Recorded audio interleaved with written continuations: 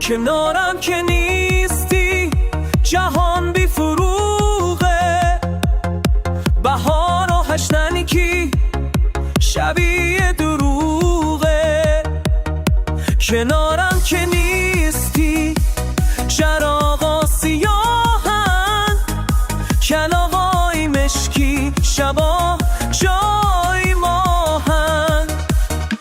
کنارم که نیستی همیشه چه سرده، تننده هر شب تنیده به درده. دلم با سیاهیه به جنگ و نبرده، حریفش نمیشه با این که یه مرده.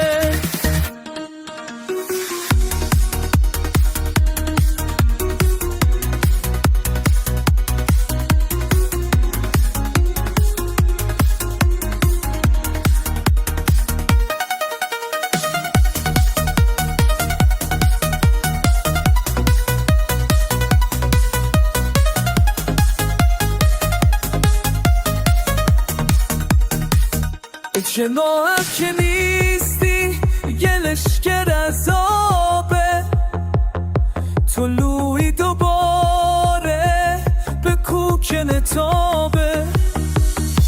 درختاج خشکن با برگای خسته، یه کوشه جغان کی شایق نشسته.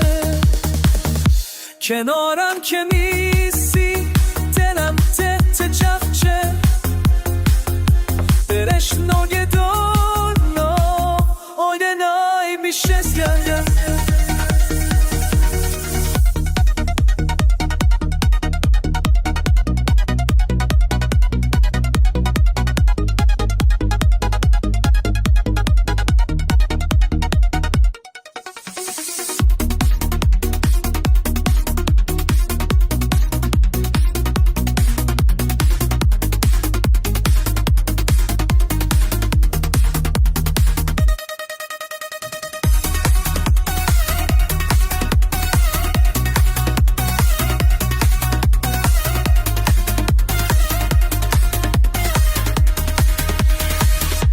کنار که نیستی هوا دلیری ریشه، نمیشه غروبه دلم زخم میشه. کنارم که نیستی چرا با سیرادم